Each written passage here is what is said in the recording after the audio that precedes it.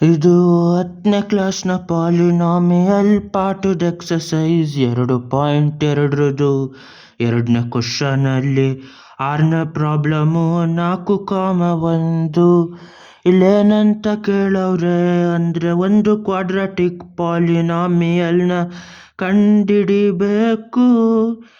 ಇಲ್ಲಿ ಅದ್ರದ್ದು ಝೀರೋಗಳು ಕೂಡ್ದಾಗ ಬರೋದು ಮತ್ತು ಅವನ್ನ ಗುಣಿಸ್ದಾಗ ಬರೋದು ಕೊಟ್ಟವ್ರೆ. ಇವಾಗ ಯಾವ ಥರ ಕಂಡುಹಿಡಿಯೋದು ಅಂದರೆ ಕ್ವಾಡ್ರಾಟಿಕ್ ಪಾಲಿನಾಮಿಯಲ್ದು ಸ್ಟ್ಯಾಂಡರ್ಡ್ ಫಾರ್ಮ್ ಏನು ಅಂದರೆ ax² + bx + c. ಸಿ ಅಂದರೆ ಕಾನ್ಸ್ಟೆಂಟು, ಬಿ ಅಂದರೆ ಎಕ್ಸ್ದು ಕೋಎಫಿಷಿಯಂಟು, ಎ ಅಂದರೆ x² ಕೋಎಫಿಷಿಯಂಟು. ಇವಾಗ ಝೀರೋಗಳನ್ನ ಕೂಡಿದ್ರೆ ಬರೋದು 4, ಆಲ್ಫಾ ಬೀಟಾ ಅಂತ ಕೂಡಿದ್ರೆ 4. ಅದೇ ಥರ ಝೀರೋಗಳನ್ನ ಗುಣಿಸಿದ್ರೆ ಬರೋದು 1. ಇವಾಗ ಅದನ್ನು ಕೋಎಫಿಷಿಯಂಟ್ ಜೊತೆ ಮ್ಯಾಚ್ ಮಾಡಬೇಕು. ಇದ್ರದ್ದು ಯಾವುದು ಕೋಎಫಿಷಿಯಂಟ್ ಅಂದರೆ -b/a ಮಾಡಿದ್ರೆ ಅಲ್ಲಿ ಬರೋದು ಝೀರೋಗಳನ್ನ ಕೂಡ್ದಾಗ ಬರೋದು ಅದುವೇ 4. ಅದೇ ಥರ c/a ಅಂದರೆ ಝೀರೋಗಳನ್ನ ಗುಣಿಸ್ದಾಗ ಬರೋದು ಅದು 1. ಇವಾಗ ಎರಡು ಕಡೆನೂ ಎಯಿಂದ ಗುಣಿಸ್ಬೇಕು. ಎ ಒಂದು ಸತಿ ಮಾಡಿದಾಗ -b = 4a. ಈ ಕಡೆನೂ -1ರಿಂದ ಗುಣಿಸಿ, ಈ ಕಡೆನೂ -1ರಿಂದ ಗುಣಿಸಿ, minus times of minus plus ಆಗಿ ಬಿ ಟೈಮ್ಸ್ ಆಫ್ 1 ಅಂದರೆ b, ಮೈನಸ್ ಟೈಮ್ಸ್ ಆಫ್ 4 ಅಂದರೆ -4a, b ಅಂದರೆ -4a.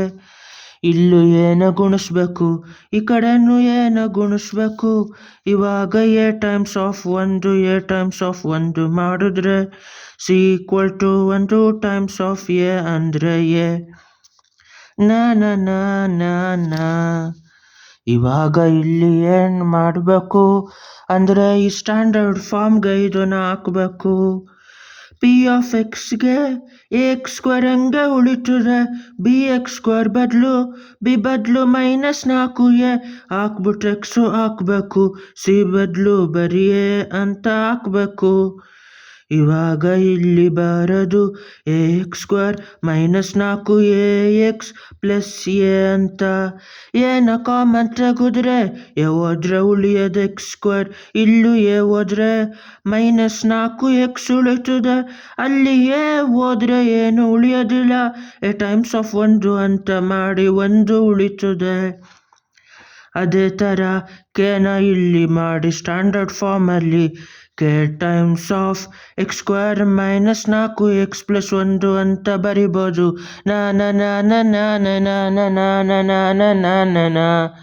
k ಏನಾದರೂ 1 ಆದರೆ x² -4x + 1 ಅನ್ನೋದು ಒಂದು ಪಾಲಿನಾಮಿಯಲ್ಲು.